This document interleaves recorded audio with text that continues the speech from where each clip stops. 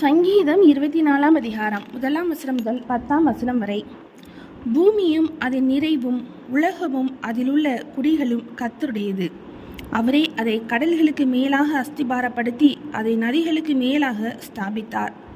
யார் கர்த்தருடைய பர்வதத்தில் ஏறுவான்? யார் அவருடைய பரிசுத்த ஸ்தலத்தில் நிலைத்திருப்பான்?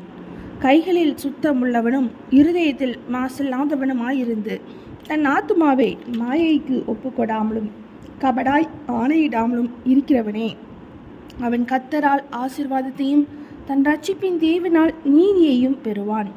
இதுவே அவரை தேடி விசாரித்து அவருடைய சமூகத்தை நாடுகிற யாக்கோபு என்னும் சந்ததி.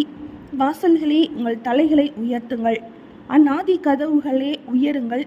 மகிமையின் ராஜா உட்பிரவேசிப்பார். யார் இந்த மகிமையின் ராஜா? அவர் வல்லமையும் பராக்கிரமும் உள்ள கர்த்தர்.